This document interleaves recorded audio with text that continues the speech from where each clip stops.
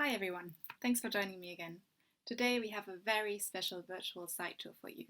We're going to go back to a time when County Durham and the northern border between England and Scotland were governed by medieval prince-bishops. Now around 1000 years ago in 1075, the King of England realized that he was struggling to control the northeast, and he came up with a very simple solution. Instead of worrying about it too much himself, he could just give the local bishops secular powers and let them deal with it. Smart, right? So he gave them the right to raise armies, mint coins and levy taxes, as long as they used this to protect the borders. These newly created prince-bishops governed for several centuries and basically became autonomous rulers. They left behind some really impressive buildings, such as castles, palaces and hunting lodges, but unlike other medieval buildings, very few of the homes that these prince-bishops lived in have been investigated archaeologically. On this tour today, we're going to see the ruins of one of their main residences outside the village of Bishop Middleham, and some of the discoveries that we made when we carried out the first ever excavation of this important site. Remember, you can ask questions in the comments or in the live chat, and if you're ready, then we're going to start the tour now.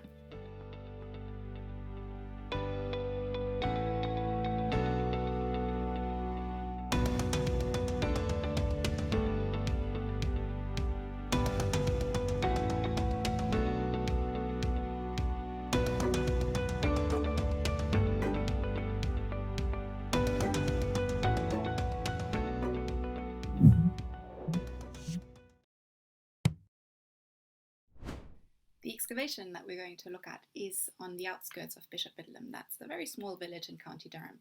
And the excavation was part of a whole series of digs that are and were happening in County Durham to investigate the past and help create an identity for the area. And all of them are part of Discover Brightwater, which is a landscape partnership. A lot of people signed up to help us excavate the ruins for the very first time, and we wanted to find out how much of it still survived underground, because if you're standing on the field, all you can see is lumps and bumps. You can see the grass and maybe a couple of semi-walls, but you cannot really see anything else, and you would certainly not believe that there is actually a palace underneath your feet. So one of the first things that we have to ask ourselves is, why did the bishops choose this particular site? We know very clearly from the earthworks and the landscape situation that there are three important sides to Bishop Middleham Castle. All three of them drop away. One of them drops away to the fish ponds, and the other two drop away to the east and the west of the site. And that's one of the key reasons why the bishops chose this site for their less than humble abode. There was only one approach to it from the north. And the earthworks also form very clear boundaries and would have made the stone building even more impressive to look at, accentuating its prominence in the landscape. It's not about defense so much, but more about display and being seen from a long distance from below. It's fundamental to how the prince-bishops demonstrated their power and their wealth. So just take a moment to imagine how it might have been back then, how the landscape might have looked like. So there are medieval accounts that indicate that the watery landscape around the castle was used for the rearing of swans and doves, and also to produce hay from meadows and water meadows. And also there are earthworks that are identified as fish ponds. So you would have had swans, you would have had doves, you would have had fish, and all of this provides an additional use for the site. However, these accounts are partial, and it is likely that the landscape served many more varied and complex capacities that we do not understand yet. But there is definitely at least documentary evidence of a vast park at the site that would have been home to some very fancy deer and other wild animals. But the park also had practical purposes, including providing grazing for livestock and other useful items like timber, honey, or nuts. And in fact, you don't have to imagine it all yourself. We can actually go there right now and see it, because Jamie and Michelle, two of the people who helped us excavate the site, are actually right now out there. So they are ready to take us on a tour, a quick walk around the site. Hi everyone, Michelle and Jamie here on the site of the Bishop Middleham Castle. So this is the location of the medieval settlement here in Bishop Middleham, and these are the current residents. So here I am standing in the middle of where Trench 1 was dug up. We found a lot of medieval pottery in here. There was quite a few walls. We found a doorway. I found a knife in this location, and lots of animal bone, fish, sheep, even a horse jaw on that side there. This is a part of trench 2 that they found all the slate tiles. It's obviously off a roof. When they were taking parts of the castle down, they just used this as sort of a dumping ground and a storage place for all the masonry and bits of tiling and stuff. What we're looking at now is the location of the medieval fish pond. And up across over there, it would have been where the deer park was located. So everything was self-contained. They had the deer for food and the fish down there where the pond would have been. So Jamie and I have just been walking down at the bottom of the bank off the site and looking for shots for the video, and look what we've found. Well, Jamie's found green glazed pottery in a large piece. Woohoo! Now that we've seen the site itself, we're going to look at some of the things that we actually managed to uncover during the excavation and that are since covered up again. So from documentary sources, we know that the buildings were regularly in use from the 12th to the 14th century, but they continued to be in the possession of the bishops of Durham until 1649. This means that we can look back at several phases of the buildings. The most obvious thing that we uncovered are walls. But for anyone who thinks that walls are boring, you couldn't be more wrong. These ones are fascinating. For everyone who is already interested in walls, you're in for a treat. If you were to step back in time and gaze out at Bishop Middleham Castle in its heyday, you would see a stepped series of buildings and rooftops, especially if you look at it from lower down. And archaeologically, we can see that there are walls from different sizes, ages, and types. It's all a bit higgledy-piggledy, which is a reflection of the fact that the Prince Bishops used this site for 250 years. So that is about the same as us looking back at the Georgians, and just imagine how much things have changed since then during those years. And all of this tells us that there was building, rebuilding, repairs, buildings on top of other buildings. All of this is exactly what we can see in the ground when we were doing the excavation. And as you know from today, when people have money, then they are more able to keep their buildings in line with the latest fashion. That means that what we are seeing is money and influence in the ground. So where they can build, rebuild, repair in response to changing trends and therefore update their buildings. Most of our finds, those that are not walls at least, date to the 14th century, which matches up to another reference in the historical records, which mention that a certain Bishop Louis Beaumont built a new chapel, hall and kitchens. And those three are only the bits that were written down.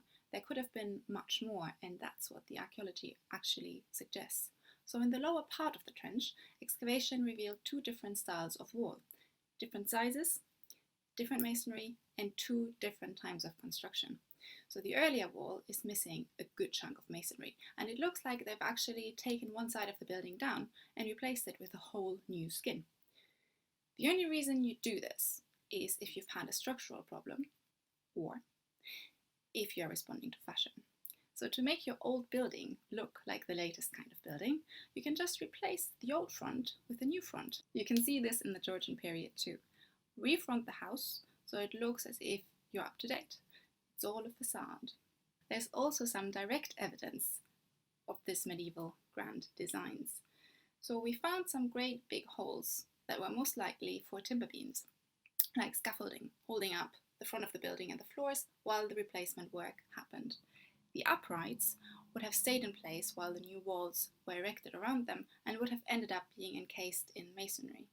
The builders would have been able to remove the crossbeam though, and the one that supported the floor above, but wouldn't have been able to remove the uprights, which is why we can still see those great big holes that this medieval scaffolding left behind. Moving on now to finds that aren't walls, but are still kind of part of walls.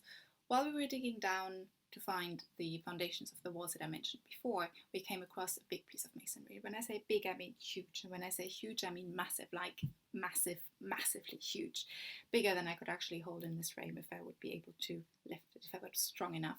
So we didn't realize at first how huge it was, but the poor guys digging it were digging down and down and down, down, and uncovered just more of it, and it just didn't stop until we realized that what we had found was actually a big part of window tracery, beautiful window tracery. Now, looking up at stone windows in churches or in old halls, you never quite think about how thick these building elements must be to support the glass and hold the wall up that's on top of it. But I can tell you, we realized very quickly how thick they have to be. It took the guys quite some effort and muscle to lift it out of the trench, especially for me who was holding the camera. And now we still need to get it looked at properly, but the style seems to be dating back to the 1330s or 1340s, which is quite exciting because this means that it might have been part of the rebuilding work that I just mentioned before. So we found a window. Although the window was by far our biggest find, apart from the walls, it was not necessarily our best or most fascinating one. For one, we found this coin. Now, coins are really useful for dating if they can get identified, and they help us understand the contexts better. We found this quartered hammered silver penny from the 12th to 13th century, which was quite exciting. Now, the standard unit back then was the penny, and since attempts to introduce a round halfpenny were unsuccessful, the penny was simply cut in half or quartered to produce halfpennies or farthings.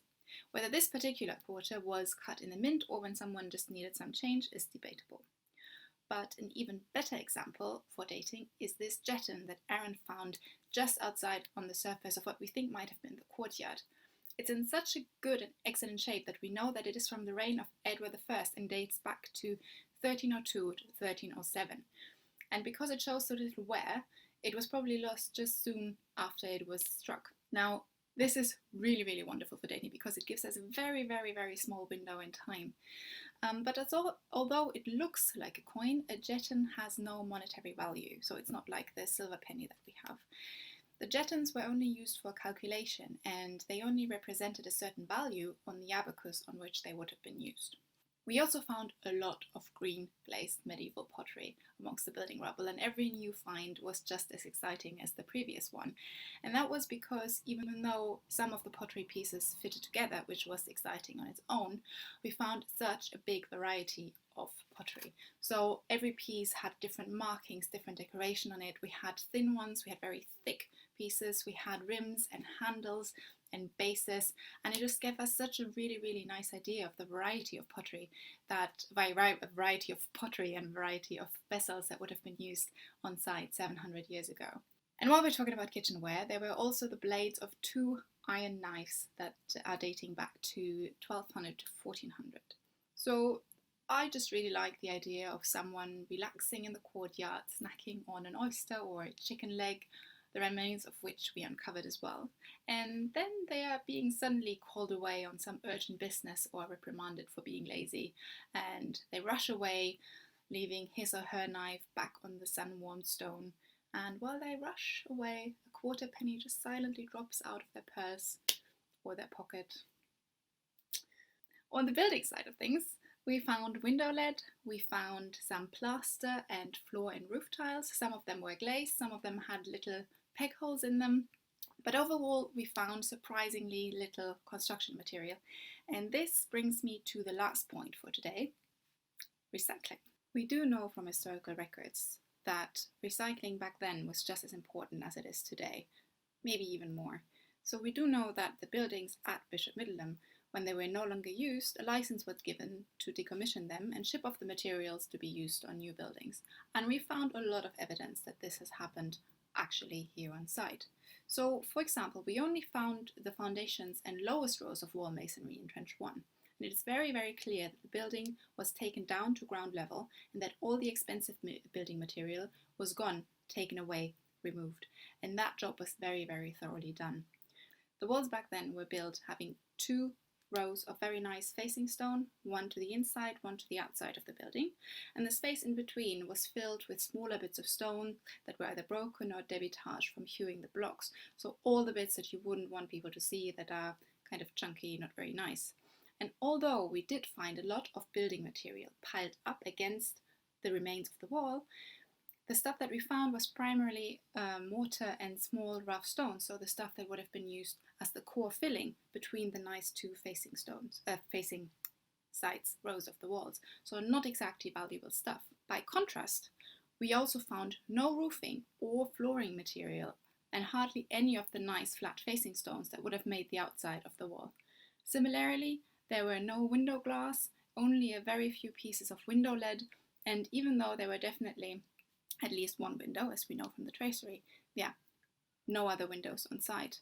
And all of this taken together shows that anything that was reusable and in a good condition was removed to be taken away, maybe sold, maybe used on another building that the bishops wanted to build somewhere else. So clear evidence of very, very keen recycling, very effective. And unfortunately, that means that there is not a lot for us back today that we can still directly look at. So we have to go a little bit deeper. While Westgate Castle, Darlington's Bishop's Manor and Auckland Castle have been looked at by Archaeology Services Durham University, the rest still remain an untapped source of history. Who built them? What were they like?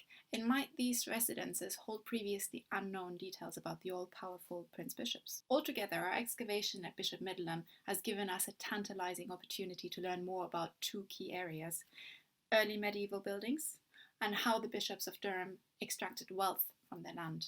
This 3-week excavation has given us a much better understanding as how the earthworks you can see today correspond to the buried walls. But the biggest outcome is identifying the possibility that the edge of the site could be much further out than is currently thought, and much closer to the original churchyard. Further investigation could radically change the interpretation of the site and how it was used, so finding this northern edge at some point in the future is a very important ambition. It could turn out that there were more enclosures, more buildings and activities here than was previously recognised.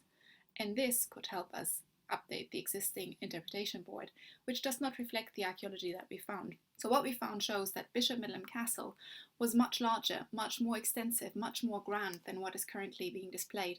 And if nothing else, our work can update the interpretation and inform what happens next. So it's taken us a leap forward and gives us our next step in the strategy for Discover Brightwater and Historic England. And there is a whole paddock that hasn't even had any geophysics done yet. So this could be a great starting point for more in-depth investigation in the future. Who knows? So all these wonderful discoveries and finds and knowledge that we learned from this dig would have been nothing without all the wonderful people who joined us in the trench every single day and helped us uncover another small slice of the Prince Bishop's history. So thank you so much to every single one of our wonderful venturers who brought so much energy, joy and enthusiasm to this dig.